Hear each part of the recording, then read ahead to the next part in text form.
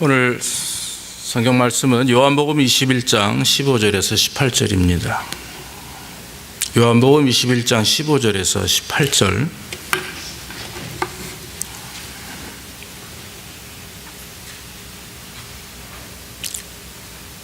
저희가 조반 먹은 후에 예수께서 시몬 베드로에게 이르시되 요한의 아들 시몬아 내가 이 사람들보다 나를 더 사랑하느냐 하시니 가로되 주여 그러하외다 내가 주를 사랑하는 줄 주께서 아시나이다. 가라사대 내 어린 양을 먹이라 하시고 또 두 번째 가라사대 요한의 아들 시몬아 내가 나를 사랑하느냐 하시니 가로되 주여 그러하외다 내가 주를 사랑하는 줄 주께서 아시나이다. 가라사대 내 양을 치라 하시고 세 번째 가라사대 요한의 아들 시몬아 내가 나를 사랑하느냐 하시니 주께서 세 번째 내가 나를 사랑하느냐 하심으로 베드로가 근심하여 가로되 주여 모든 것을 아시오매 내가 주를 사랑하는 줄을 주께서 아시나이다.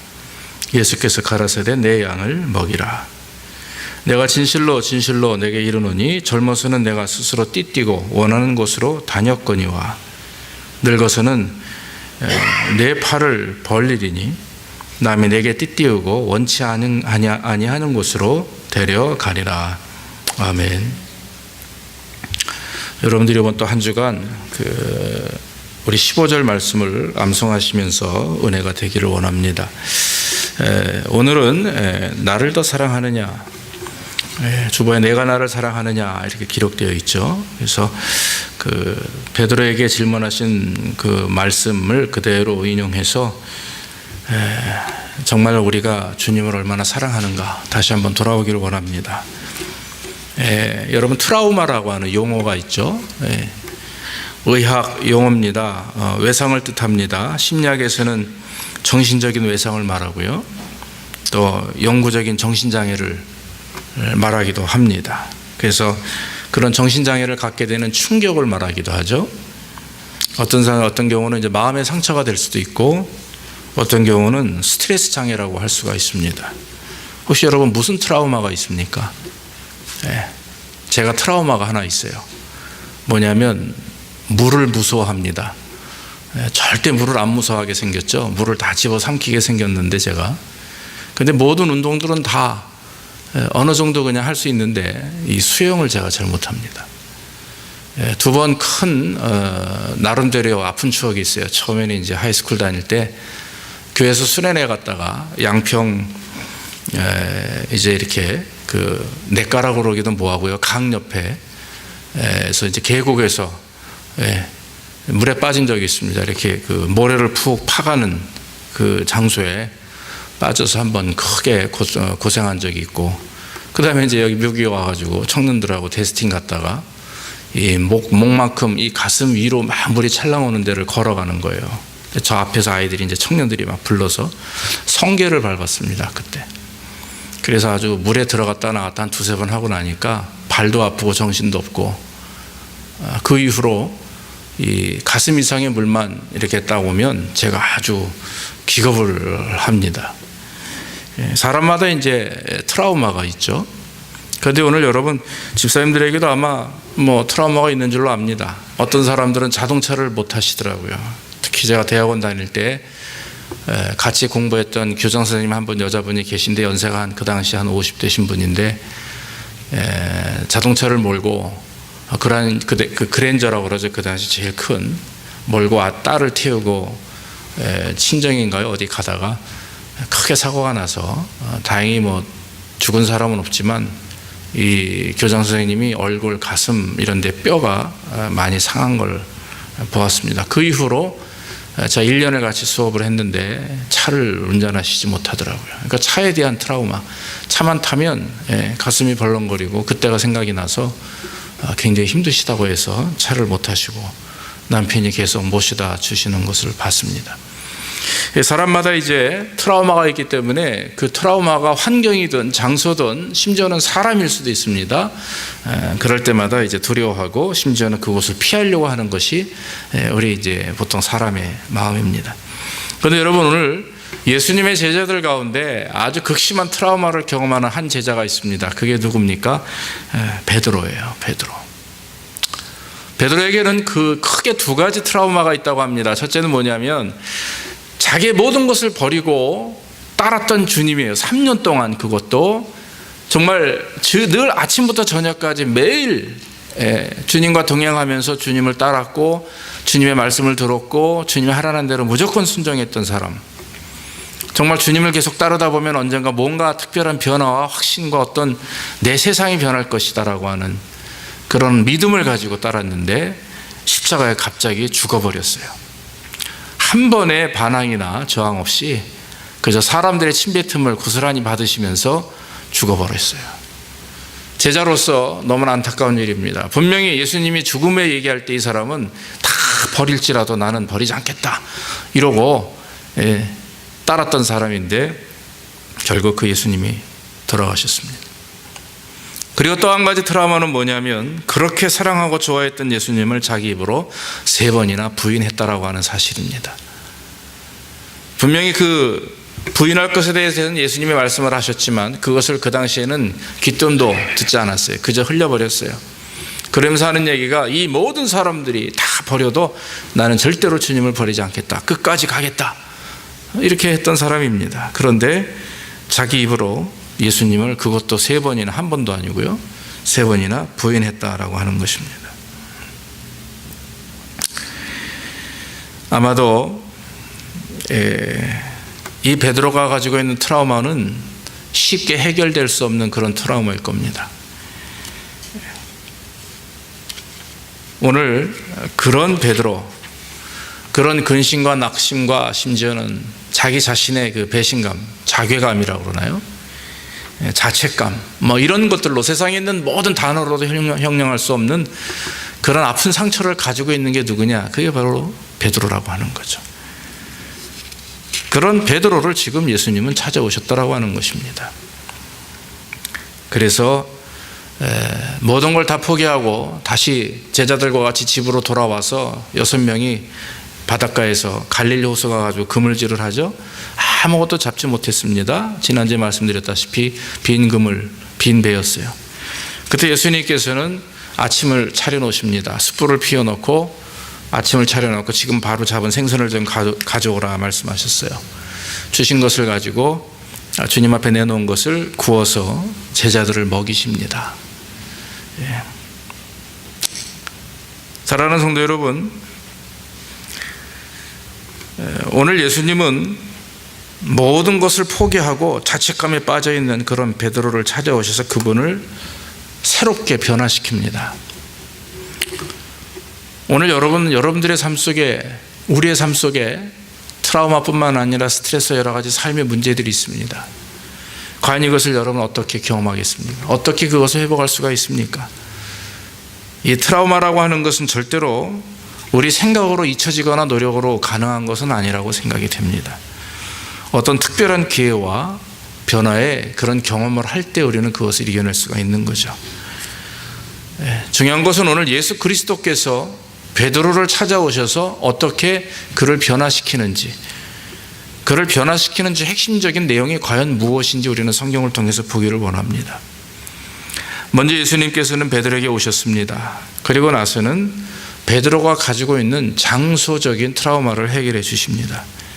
환경을 바꿔주신다라고 하는 것입니다. 여러분, 예수님을 부인했던 그날 밤을 기억하십니까? 베드로가 부인했던 그날 밤. 베드로는 멀찌감치 빌라도의 군사들에게 잡혀가시는 예수님을 멀찌감치 따라갑니다. 따라가서 빌라도 법정까지 들어갑니다. 다른 제자들이 이미 다 도망가 버렸어요. 그래도 베드로는 예수님을 끝까지 쫓겠다고 했으니까 가까이를 못 갔지만 멀찌감치 한 10m 정도 떨어진 뒤로 아마 달려갔을 거예요. 눈치를 보면서 갔습니다. 가서 군중들 틈에 껴가지고 아닌 것처럼, 나는 저 사람을 알지 못하는 것처럼 이렇게 불을 쬐고 있었어요. 저 앞에서는 예수님이 신문을 당하십니다. 안타까운 마음으로, 그러나 나서지 못하는 자기의 모습을 바라보면서 간신히 거기 서서 불을 쬐고 있었어요. 그때 소녀 한 여자애 하나가 딱 얼굴을 보더니 당신 지금 저기 앞에 있는 저 사람하고 같이 다니던 사람 아니냐, 저 사람의 제자가 아니냐 물어봅니다. 아니라고 대답을 하죠. 나는 저 사람을 알지 못한다. 한 번 부인했어요. 조금 있다가 또 그 애가 얘기합니다. 나는 알지 못한다. 다른 사람이 또 얘기해요. 도저히 나는 저 사람을 알지 못한다. 그 순간 예수님이 베드로를 바라보십니다. 베드로와 예수님의 눈이 딱 마주쳤어요. 그러면서 닭이 3번 우는 겁니다. 그 순간 그 모든 것이 생각이 나서 뛰쳐나가서 벽에 가서 통곡하며 울었다 하는 것이 성경의 내용입니다. 자, 불을 피워있는 모닥불 옆에서 멀찌감치 예수님을 바라보며 예수님이 신문당하시는 모습을 보면서 애통해하던 그였지만 결국 옆에 있는 조그만 아이가 말한 한마디에 예수님을 3번이나 부인하게 되는 거죠. 아마도 베드로는 그런 여자아이만 봐도요, 조그만 모닥불만 봐도, 숯불만 봐도 아마 가슴이 덜컥 내려앉았을 겁니다. 그런 트라우마를 경험하게 되는 거죠. 그런데 그날 예수님께서 부활하신 후에 베드로를 찾아오십니다. 그리고 베드로를 만나기 위하여 숯불을 준비하시고 그리고 나서는 베드로를 부르시는 것입니다. 아마 베드로가 그 불 옆에 서 계시는 예수님을 바라볼 때 자기 마음속에 덜컥 내려앉았을 거예요. 옛날 며칠 전이죠. 옛날도 아니죠. 며칠 전 예수님을 부인했던 그 상황이 아마 생생하게 그 마음속에 기억되었을 것입니다. 불 곁에 계신 예수님의 모습은 그 현장을 재현하는 것 같았습니다. 여러분, 근데 왜 예수님께서 하필이면 그런 베드로의 고통을 그런 방법으로 해결하기를 원하시냐 하는 것입니다. 여러분, 상처는요, 이런 우리가 받은 마음에 있는 트라우마나 상처는 인간의 힘으로 되는 것은 아닙니다. 그저 또 반면에 떠나가고 외면한다고 그것이 치료되는 것도 절대 아닙니다. 베드로가 오늘 자기 자신이 예수님을 배신했던 그 환경과 모습을 눈으로 보죠. 근데 정반대의 모습은 뭐냐면 그때는 예수님이 멀찌감치 있어서 자기가 예수님을 바라보며 예수님을 부인했지만 오늘은 뭐예요? 똑같은 상황인데 자기는 뒤로 물러있고 예수님이 자기에게 다가오셨다라고 하는 거예요. 완전히 바뀐 상황입니다. 그리고 예수님이 베드로에게 질문하시는 겁니다.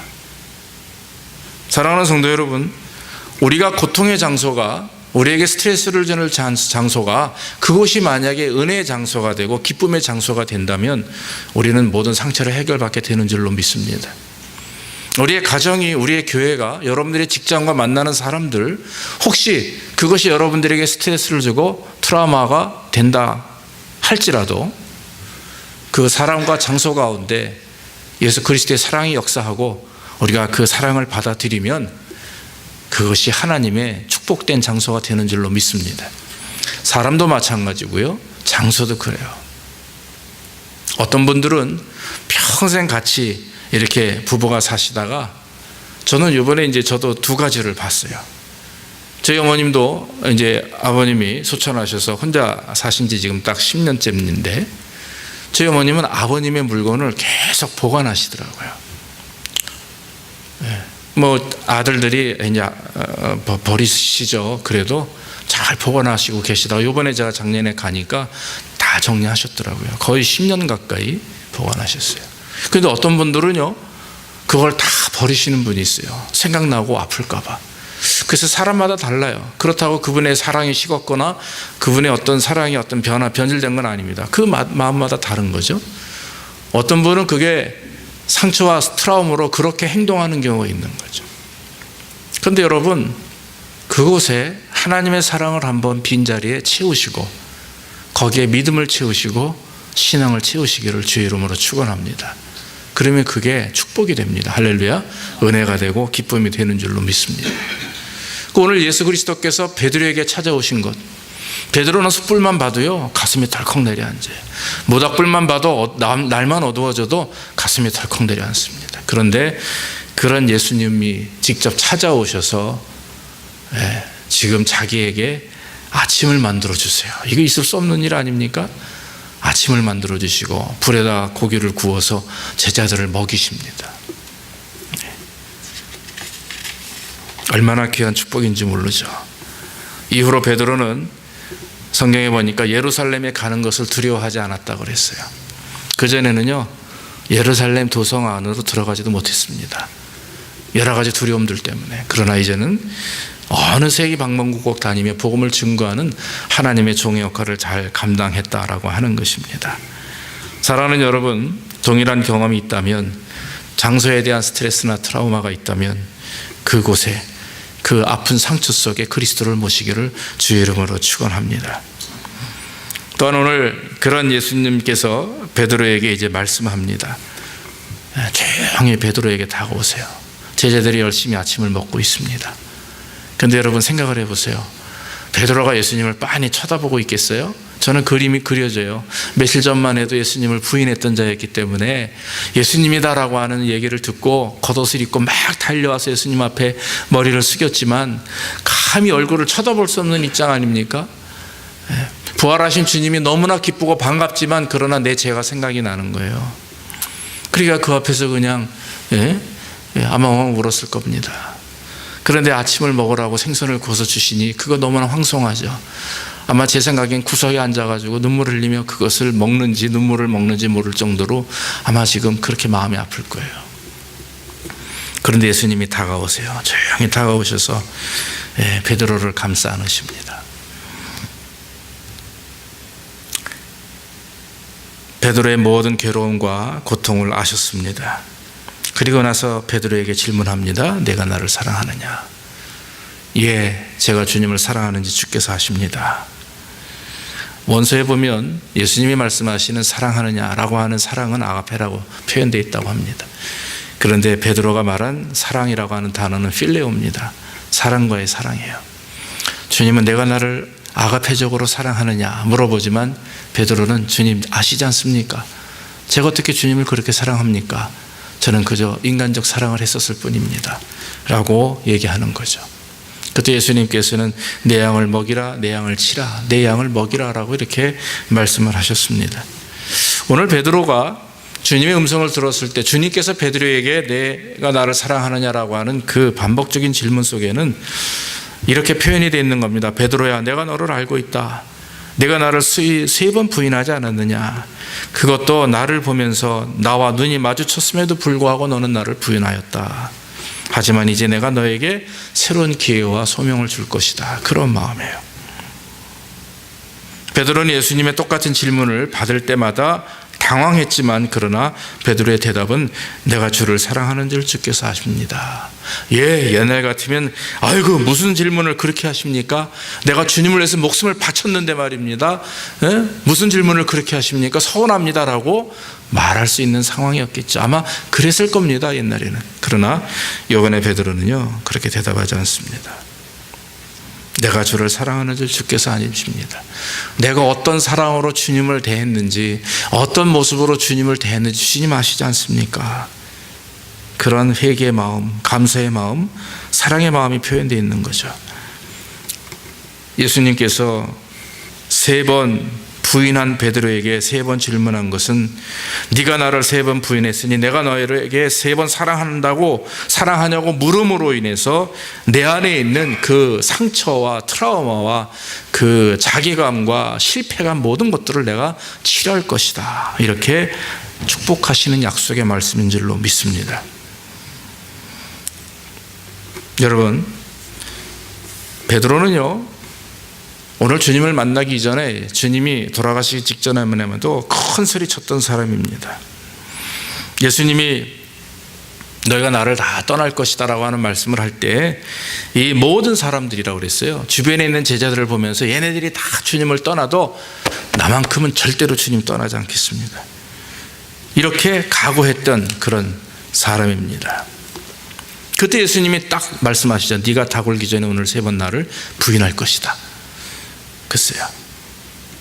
그때 또 얘기하죠. 내가 주와 함께 죽을지언정 주를 부인하지 않겠습니다 라고 마가복음 14장 30절 31절에 그렇게 큰 소리치고 대놓고 주님 앞에 고백을 하죠. 죽으면 죽으리라, 죽을지언정 내가 주님을 부인하지 않겠다 했는데 주님의 말씀대로 부인했습니다. 그건 분명히 베드로가 어떤 모습으로 주님을 따랐는지 주님은 알기 때문에 그래요. 모든 사람들보다도 내가 더 믿음이 좋고 이 모든 사람들보다도 내가 더 하나님 앞에 온전하기 때문에 얘네들의 믿음보다 내 믿음이 크기 때문에 내가 주님을 따르겠다라고 하는 자기 교만에 빠져 있는 그런 신앙인의 고백이라고 하는 거죠. 근데 오늘 예수님께서 베드로에게 뭐라고 말씀하십니까? 첫 번째 질문해 보니까 베드로야, 내가 나를 다른 사람들보다 나를 더 사랑하느냐 그래요. 다른 사람들보다, 다른 제자들보다 더 주님을 사랑한다고 소리쳤던 베드로였지만 주님을 부인한 이후에 베드로는 자기 자신의 자괴감과 실망에 빠져 있습니다. 예수님 오셔가지고 야, 너 나를 부인했으니 너 기도 많이 했냐? 회개 많이 했냐? 좀 돌이켜봤냐? 네? 나한테는 어떻게 그렇게 할 수가 있어? 라고 질문한 것이 아니라 그 베드로의 자고한 마음, 이 사람들보다도 내가 더 신앙적으로 믿음적으로 거룩하니 쟤네들은 왜 저거밖에 안 돼? 나는 이렇게 하는데 라고 하는 그런 자기 자아 교만에 빠져 있는 베드로에게 같은 말씀하는 거예요. 그거는 상처가 아니라 너 이렇게 했으니까 너 이거 잘못된 거야 라고 지적하는 게 아니라 오히려 그런 마음에 정말 네가 고백했던 것처럼 이 사람들보다 나를 더 사랑하느냐라고 다시 한번 확신하는 겁니다. 다시 한번 확인하며 그 마음에 있는 응어리를 해결해 주시는 것입니다. 그거를 다 아는 거예요. 베드로는 그 내용을. 그 주님이 왜 그런 말씀을 하시는지 베드로는 알아요. 그러나 그가 상처가 되지 않습니다. 오히려 주님, 내가 주님을 사랑하는지 주께서 아십니다라고 베드로는 지금 회개하고 있는 거예요. 아, 내가 예수님을 참 그때는 그렇게 따랐는데 그것이 인간적이었고 그것이 나의 교만이었고 그것이 영적 교만 안에서 남을 비판하고 있는 나의 모습이었는데 근데 주님 나를 아시지 않습니까? 내가 그렇게 주님을 따르지 못했습니다 라고 하는 고백이죠. 인간적인 것, 남과 비교하며 어떻게 주님 나에게 이렇게 질문할 수가 있습니까? 어떻게 저 사람들과 나를 비교할 수 있습니까? 라고 말했을 베드로였지만 오늘은 그렇게 대답하지 않습니다. 여러분 어떤 줄 아십니까? 예전에 베드로는요, 내가 주인이었었어요. 그래서 주님을 따르면 주께서 항상 나 안에 갇혀 있는 사람이었습니다. 내가 어떻게 복을 받을지, 내 가정이 어떻게 복을 받을지, 내 자녀가 어떻게 복을 받을지, 내가 어떻게 하나님 앞에 좋은 그런 자리에 서게 될지. 심지어 제자들이 다 그랬어요. 그 심지어는 제자들이 어머니까지 와가지고 나중에 주님 나라가 임하면 우리 아들은 오른쪽에 둘째 아들은 왼쪽에 앉혀달라고 하질 않나, 별 얘기를 다 합니다. 그러니까 예수님을 3년 동안 쫓았음에도 불구하고 신앙생활에 변화가 없는 거예요. 예수님의 말씀을 들어도 깨닫지 못하고 보아도 보지 못하는 그 영적인 눈이 어두웠어요. 왜? 교만에 사로잡혀 있었다는 게 그 당시 제자들의 모습이었습니다. 그런데 정말 제자들 다 왔던 것은 어느 때입니까? 부활 이후 예수님이 부활 승천하시며 제자들에게 성령을 부어주신 이후부터 그들의 인생은 변화되었다라고 하는 거죠. 사랑하는 성도 여러분, 주님을 섬긴다 하면서도 아직도 우리 안에 내가 주인이고 남들과 비교하고 내가 남들보다 낫다라고 하는 영적 교만 안에 서게 된다면 우리는 실패할 수밖에 없습니다. 아니, 그 인생은 실패하는 것입니다. 믿습니까? 중요한 것은 주님께서 내가 나를 저 다른 사람들보다 사랑하느냐라고 하는 질문을 받아서는 안 돼요. 그러므로 늘 우리의 마음속에 하나님을 믿고 의지하는 그 믿음이 먼저 될 때 역사가 일어나게 되는 줄로 믿습니다. 예수님께서는 오늘 그런 고백을 통해서 주님 앞에 내가 주님을 사랑하는지 주께서 아십니다라고 하는 그 베드로의 온전한 고백 그 후에 오늘 예수님께서는 베드로에게 말씀합니다. 내 양을 먹이라 그랬어요. 내 어린 양을 먹이라. 그 다음에 내 양을 치라. 다시 내 양을 먹이라. 이렇게 말씀을 했습니다. 베드로는 예수님을 따르면서 자기 외에는 다른 것들에 대해서 전혀 생각해 보지 못했습니다. 복음을 증거한다는 것 별로 생각 못 해봤어요. 복음을 증거하며 병도 고치고 했지만 그러나 더 나아가서 그 이상의 것을 생각해 보지 못했던 사람입니다. 주님을 통해서 얻어지는 만족과 기쁨을 생각했던 사람이었습니다. 그래서 예수 잘 믿으면 성공하고 그의 나라가 도래하면 내가 무엇인가 커다란 일을 할 것이다라고 하는 그런 기대감에 부풀러 있던 그런 베드로였습니다. 그러나 오늘 예수님께서는 말씀하죠. 정말 네가 나를 사랑한다면 나의 어린 양을 먹이라. 그들을 위해서 너의 생을 다 바쳐라, 이렇게 말씀하고 있는 것입니다. 정말 네가 나를 사랑한다면 이곳을 섬기고 또 이웃을 섬기고 또 사람을 섬기면서 그들을 통해 그리스도를 드러나도록 하라, 이렇게 오늘 명령하시는 말씀인 줄로 믿습니다. 그것을 우리는 사명이라고 이렇게 말합니다. 사랑하는 성도 여러분, 성도들에게 하나님이 맡기신 사명이 있습니다. 그것은 무엇입니까? 하나님의 나라를 확장하는 일입니다. 또 하나님의 어린 양들을 찾아 또한 그들을 주께로 돌이키는 일입니다. 그것을 우리는 먹이는 것이라 말하고 치는 것이라 말하죠. 양육한다라고 말합니다. 오늘 예수님께서 주신 사명을 베드로는 깨달았습니다. 근데 여러분, 예수님께서는 베드로에게 사명뿐만 아니라 십자가를 주셨어요. 네가 어릴 때는 18절에 젊었을 때는 네 마음대로 네가 갈 길을 갔지만 이제 나이가 들어서 너는 네가 원하지 않는 곳으로 끌려갈 것이다. 그거 뭡니까? 그동안은 네가 네 마음대로 신앙생활을 했지만, 너를 위해서 신앙생활을 했지만 이제는 너가 아닌 다른 사람들을 위해서 그리스도의 십자가를 짊어지고 고난과 핍박을 받게 될 것이다 라고 하는 순교자의 삶을 말씀하시는 거예요. 사랑하는 성도 여러분, 우리가 예수님을 진심으로 사랑하고 고백한다면 진짜 그 안에 진정한 자유가 있거든요. 그런 예수님께서 우리에게 가지고 있는 상처와 트라우마와 모든 삶의 어려운 분들을 다 해결해 주시며 우리에게 맡기시는 게 있는데, 이제 네가 사랑을 가지고 다른 사람을 섬기고 그리고 그리스도를 위해서 헌신하라, 이렇게 오늘 우리에게 말씀해 주는 줄로 믿습니다. 여러분, 가지고 계신 상처와 트라우마를 다 주 앞에 내어놓기를 주의 이름으로 축원합니다. 그리고 그곳에 그리스도의 사랑을 모시기를 원합니다. 다시 예수님을 모시고 주님을 깊이 만나시길 원합니다. 만나시면 분명히 주께서 고백하길 원하시고, 우리가 주님을 사랑한다고 고백하면 분명히 사명을 주십니다. 사명과 더불어 십자가의 순교의 고통도 주실 줄로 압니다. 두려워하지 마시고, 여러분, 믿음으로 하나님의 사람답게 이 땅에 살아갈 때는요, 만사가 다 행복하고 좋고 귀한 것만 있는 게 아니에요. 옳은 것을 찾기 위해서, 옳은 길을 가기 위해서 당하는 고통과 어려움이 얼마나 많이 있습니까? 하고 싶은 것도 하지 말아야 됩니다. 가고 싶은 것도 가지 말아야 됩니다. 주님이 원하시는 그 십자가의 길을 가기 위해서는 저와 여러분들이 믿음으로 하나님 사랑합니다 라고 하는 고백과 같이 달려나갈 때 거기에 축복과 은혜가 있게 되는 줄로 믿습니다. 다시 한번, 내가 나를 사랑하느냐, 그런 주님의 질문에 네, 제가 주님을 사랑합니다 라고 고백하고 남은 여생 주를 위해 충성을 다하는 귀한 역사 있기를 주의 이름으로 축원합니다. 기도하겠습니다. 아버지 하나님, 실망과 낙심 속에, 트라우마 속에서, 상처 속에서 헤매이는 베드로를 예수님이 찾아오셨습니다. 찾아오셔서 그가 가지고 있는 환경의 트라우마와 마음속에 맺혀있는 그 고통스러운 스트레스와 어려움을 주께서 해결해 주시는 줄로 믿습니다.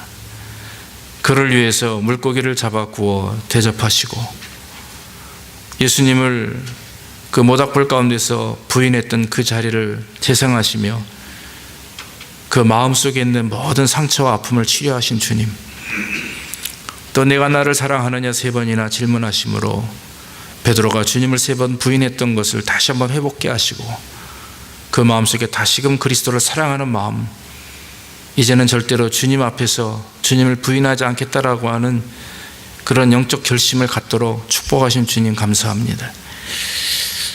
주님, 우리도 인생을 살아가며 많은 어려움이 있습니다. 환경적인 트라우마도 있고 사람에 대한, 장소에 대한 여러 가지 트라우마가 있습니다. 그러나 그것이 영원히 우리 안에 상처가 되지 않게 하시고, 그 자리에 주님 찾아오시고 축복하셔서 오히려 그 자리가 축복의 자리, 축복의 사람, 축복의 장소가 될 수 있도록 인도해 주옵소서. 또한 우리 안에 있는 그런 상처들, 그런 트라우마를 다 주께 맡기게 하시고, 우리가 그동안 지금까지 말씀 앞에서 믿음으로 잘 살지 못했다면 다시 한번 회개하는 가운데 돌이켜서 이제는 어떤 순간이든지 주님을 사랑합니다라고 고백하며 맡겨진 사명과 심지어는 십자가까지도 잘 짊어지고 나갈 수 있도록 축복해 주시옵소서. 오늘도 주님을 생각하며 감사하며 예수님의 이름으로 기도하옵나이다. 아멘. 우리 찬송가 412장 찬양하시면서 예물 드리겠습니다.